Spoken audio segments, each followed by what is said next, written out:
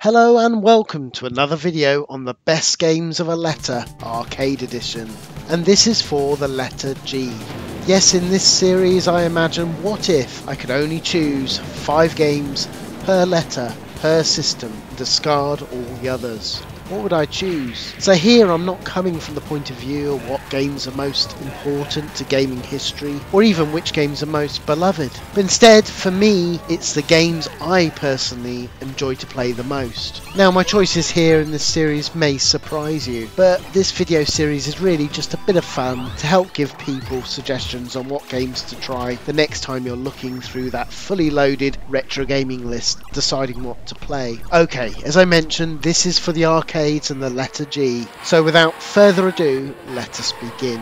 Right, for the number 5 choice, I've decided to go for the lesser known 1992 Toplin shooter Grindstormer, or V5 as it was known in Japan. Although I would say that actually the Japanese and the Western version of this have slightly different power-up methods in the game. Now this was Akira Tsunemoto's first game for Toplin, and of course he went on to found Cave and do a fantastic array of games. Now you can really see, though, even starting out his career, you can see what a genius he was. Now I love this game. It's fast, it's frantic, and it really shows a true mastery of Toplin as a company, with its team achieving again absolute wonderment with this title. Now it is a tough title to play, with it being a real challenge with a wall of bullets and relatively limited power-ups. Having said that, the game never feels cheap or broken. It always has a way through the attack waves in the game, so you always know you can learn it and get better at the game. Now this game did see a great port on the Mega Drive, and it's well worth tracking that down, because not only is it a solid version of the arcade original, it does allow you to play both Grindstormer or the VV versions, the V5 versions of the game in the same cart, which is a wonderful touch. Now I will say the game in the Mega Drive version does suffer from some slowdown, which of course you don't get on the arcade original, but outside of MAME it's really the only way to play it. But as you can see, MAME does a great job of emulating this game, so until Toplin come out with a collection with it on, this is your only way to play this classic title as it was meant to be played. Okay, let's go on to my 4th choice, and I've gone for Ghosts and Goblins, released in 1985 by Capcom. Now this probably needs no introduction. It has you play Sir Arthur the Knight, who sees his sweetheart Princess Guinevere kidnapped by the Goblin King. Now Arthur must have what is the worst suit of armour ever devised, because any hit, even from a bird for crumb's sake, causes it to crumble away, leaving our hapless hero running around in his underwear diaper, haplessly trying to make his way through an insanely difficult level, exposed to the elements. Now, as you probably can tell, this is a tough game, and as much as I try to play the damn game and improve upon it, it really does need godlike arcading skills to progress even a few levels in. Now, known in Japan as Makemura, which translates to Demon World Village, and of course made by the Capcom gaming gods such as Tokuro Fujiwara, who of course went on to do Street Fighter and did games like Commando. Now, this game of course saw pretty good ports everywhere across the board on home computers and consoles, and later on, thankfully, in the Xbox and PS2 era, there was the Capcom Classic Collection that got released, which gave you arcade perfect version, and later the Capcom Arcade Cabinet collection on the Xbox 360 and PS3 era gave the game again. But thankfully MAME does a brilliant version of emulating this, and it's another game of course that's in the arcade club in the Bury of the UK, so go play this game if you get a chance alongside its equally famous and equally tough sequel. Okay, let's go on to my 3rd choice, and I've gone for Garou, Mark of the Wolf by SNK and released in 1999. Now this is the 9th game in the Fatal Fury game series, and I think this is the pinnacle of this game line. As you can see here, the game is jaw-droppingly beautiful, with 12 distinct characters all hand-drawn and stunningly animated. Now along with the sumptuous game visuals, there's a lot of gameplay enhancements to the game worthy of note, such as rewarding you for defending or rebuilding your health on the TOP modes to claw yourself back from near defeat. Now, I've got to be honest, for nuances like this, pass me by personally. I'm a button basher to the end when it comes to fighters, but I still enjoy them, and it's nice to know that there's such subtleties out there for people skilled enough to use them. Now, back in the day, this came out on the Neo Geo arcade cabinet as a very pricey cart, and it's extremely pricey to buy it again today. But it's also found its way, thankfully, onto the Dreamcast and PS2 with great home ports, particularly on the Dreamcast. And of course, thankfully, this game has made it onto many SNK Neo Geo collections across the year, but particularly most recently the 25th anniversary Neo Geo Arcade Classic Complete Collection, which is well worth picking up, by the way, because it is a stunning library of games. But alternatively, as you can see, MAME emulates it brilliantly these days, so that there's many ways to enjoy this classic fighter again today. Okay, for my number 2 choice, I've gone for the brilliant Galaga 88, released in 1987 by Namco. Now, this is the 4th game in the series, and it's an amazing update, taking all that was fun and unique about the original Galaga and its sequels like Galpus, and combining it all with updated, cute visuals and sounds, with a huge variety, 29 stages and 7 bosses, taking each sector throwing something unique to the mix. And it also doesn't take itself too seriously, mixing in standard levels with galactic dancing bonuses and some great bosses that you encounter. It's hearing that satisfying pop of the enemies as they burst into small fireworks, along with the great array of satisfactory arcade sounds that just wins me over, and I just never tire of playing this game again and again. I just can't get enough. Now, back in the day, the only way to play this outside of the arcade was on the fantastic port on the PC Engine. Thankfully, this port is pretty much arcade perfect and well worth tracking down and getting, despite its quite high price today. The Game Gear also saw a port released in 1991, confusingly called Galaga 2, but to be honest, it struggles in my opinion with the small screen. Now, thankfully, the arcade original game did make it to some of the Namco compilations, with crazily being a hidden unlockable on the Namco Museum 50th Anniversary Edition, that was released on the Xbox, GameCube and PS2. I find it crazy they had it hidden away, such a classic game, but it is on there if you play through some of the other games. It also appeared on the Namco Museum Virtual Arcade on the Xbox 360 and PS3 era, so that's another way to play it today. Now, of course, as you can see, this emulates brilliantly on MAME, and it's another one, thankfully, in the Arcade Club in Bury, so it's well worth giving that a beeline to as well.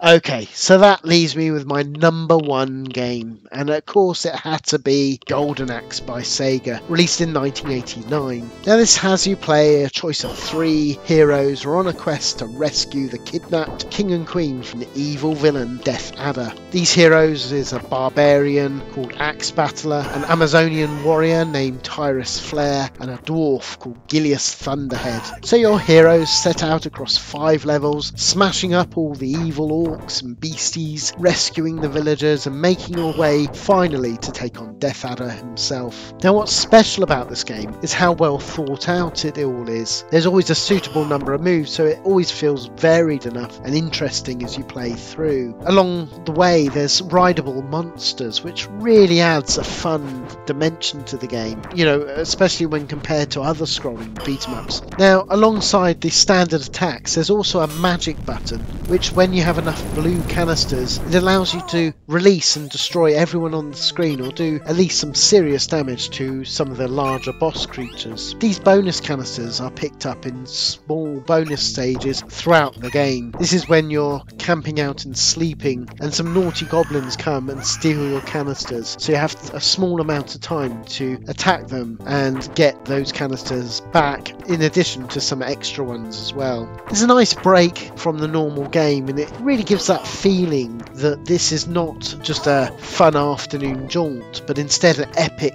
quest with you travelling over many days to make it to save the king and queen. Now, the game was made by Makoto Uchida and Team Shinobi Division, and you can really see how they've taken all that they've learned from games like Altered Beasts and games like that and culminated it all together into this. As you can see, alongside the great gameplay, it's a gorgeous game, being iconic today as it was on its release. It has amazing music, really capturing that epic fantasy vision of it all. Now, Now, I remember when this first came out, and at the time there was nothing that could touch it, and later on other games like Capcom's Dungeons and Dragons or even Golden Axe's own sequel has perhaps improved upon it visually. There's just something unquantifiably classic about this original game that just keeps drawing you back, and I still think leaves all the competition crumpled to the dust. Now, this game back in the day was everywhere with varying levels of success. Overall, I think only the Master System, the Amiga and ST and the Mega Drive versions really captured that true arcade feeling, with the others being pretty substandard really. These days for the arcade it's only shown up on the Xbox 360 and PS3 as a digital download and can be played in, as shown here, such as MAME. So there you go, there's my top 5 choices, but of course, as always, I've shamefully left a lot of huge big hitters off my list and many honourable mentions. So I'm going to go through them here just so I at least give these wonderful games a mention. Okay, for the big hitters we have to begin with Galaxian, released in Namco way back in 1979. Now it's an important game, I get it. It definitely took the whole genre forward and was the beginning of that whole running Galaga series. Today it's still fun, but it's just that slower speed which, when compared to others that followed it such as Galaga, just something I struggle with today, with much faster iterations that came later on. So, as we mentioned, its sequel, Galaga, which was released in 1981 by Namco, does an amazing update to that original Galaxian game. This time there's much more interesting strike patterns coming towards you, and it's all running blisteringly fast.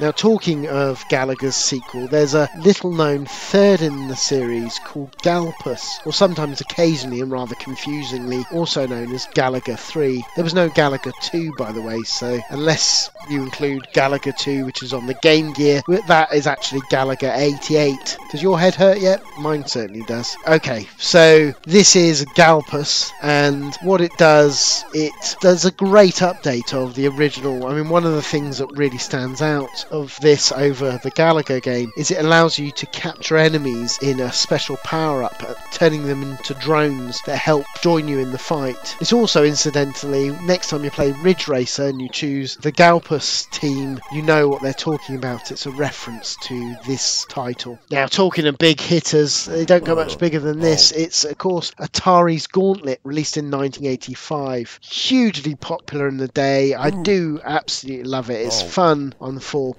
But I do find in recent years, when I've tried to play with a variety of friends, particularly even on the original arcade, it sort of lets it down. It's quite a real coin guzzler, and as you get through a lot of the levels, I just get lost and overwhelmed, becoming a bit frustrated really. And actually, while we talk about Gauntlet, we should mention its main arcade sequel, Gauntlet Legends. Of course, there was Gauntlet 2, which was a slight update, but Gauntlet Legends, released in 1989, is a 3D iteration of Gauntlet, and actually I think a lot of fun to play, being a nice update to the series. Now, talking of great series, there's also Ghouls and Ghosts, which was released in 1988. Now, this is much prettier looking sequel to Ghosts and Goblins, and to many, and I get the reasons why, they think it's a far superior version to the original. But for me, there's just something nostalgic I love about that first game that came out in 1985, probably from the home ports, and so that is why I plumped for the original game as opposed to this one. Now, another big hitter, of course, is Green Beret, known in the US as Rush and Attack. This was released in 1985 by Konami, and gameplay wise it's simplicity itself. You run left to right, stab all your enemies to progress through the level, but it's far too tough for me. If I'm honest, I just don't possess the gaming skills to get very far at all. I did quite like it on the Spectrum. It was a really solid port, but it was a lot slower and easier to play on there. Okay, then we have Gyrus. Gyrus was released in 1983 by Konami and was made by Toshiki Okamoto, whom of course went to Capcom to do little known games like 1942 and Street Fighter 2, and this really shows his early genius. It's simply amazing, offering a pseudo 3D tunnel shooter mixing in the idea of Tempest meets Gallagher, and it's so addictive. Now, talking of Yoshiki Okamoto, there's another game that he did when he went to Capcom called Gunsmoke, released in 1985. Now, this is a really fun overhead western shooter, but there's not enough variety for me to keep me interested. I find it, once you've gone through a couple of the levels, there's not much to keep me going. Okay, they're the big hitters for the letter G, but I want to give some lesser known honourable mentions as well. Now, first we have the sequel to Golden Axe with Golden Axe Revenge of the Death Adder. Now, this came out in 1992, and I think really it was sort of just too late. It came at the wrong time in the arcades where everybody was in love with Street Fighter 2, and it just didn't have the same impact. And it's a shame because it's a great update with lots of nice ideas, but maybe it's my nostalgia talking, but I feel it is missing something that the original game has, you know, that game's charm from the original title. Okay, another game I want to shout out is Gal Panic S Extra Edition, released in 1997 by Kaneko. Okay, I know you're looking at the video and you're seeing all these hand-drawn anime girls in raunchy poses, and like a lot of people, you'll probably dismiss it out of hand. But that's a real shame because, you know, put that to side, and there's no nudity in this. It's only sort of slight raunchy sort of outfits these anime characters are wearing, really. But the reason I love this game is because it's actually, I think, one of the best Kicks updates around. Like that original game, you're drawing shapes to colour in the background and make up the picture. It all plays so well, it's so addictive and well worth tracking down and giving this game a go, I think. Now, the letter G also had some amazing shooters to play as well. One of my favourites is Ghost Pilots, released by SNK in 1991. Now, I love the big chunky sprites of this game, and it's a really fun shooter, if not doing anything particularly special. It's solid and addictive. Then we also have the cave shooter called Gawanje. Now, this is released in 1999, so another bullet hell, but this time you're actually a character or number of characters walking along the floor, and it's all set in the Japanese Middle Ages. It's mixing in heavy fantasy elements as well. It's a great shooter, and it's nice to see all those weird Japanese folklore references, and it's a nice change really from all those spaceships that you usually have in these kind of shooters. Now, along with that great shooter, I also want to mention the Brill 1999 Capcom shooter Giga Wings. This is really worth the play. It's a solid shooter, it's fun and fast, although keep away, in my opinion, from its sequel, where they try to do it all in a 3D engine rather than the beautiful hand-drawn graphics you're seeing here, and it really pales in comparison to the beautiful original. Also worthy of note is the game Gunbird by Psychio, which was released in 1994. Now, I love all the playable characters and that mixing of steampunk meeting fantasy, making this a real fun, solid blaster, well worth giving a try. Likewise, the 1998 sequel of Gunbird is well worth playing as well, being though still the same game, I guess, to the original, only prettier. But then when the original was so good, is that a bad thing? Finally, I want to shout out Jaleco's 1995 shooter Game Tengoku, the Game Paradise. Now, I love this game, and to be honest, it was on my list right until the last minute. I only dropped it off because the arcade original is just too darn hard. Now, thankfully, that's a fact that they rectified in the home ports on the PS4 and PC, and also originally on the Saturn, Japanese only, unfortunately. But still, what we have here is a love letter to Jaleco.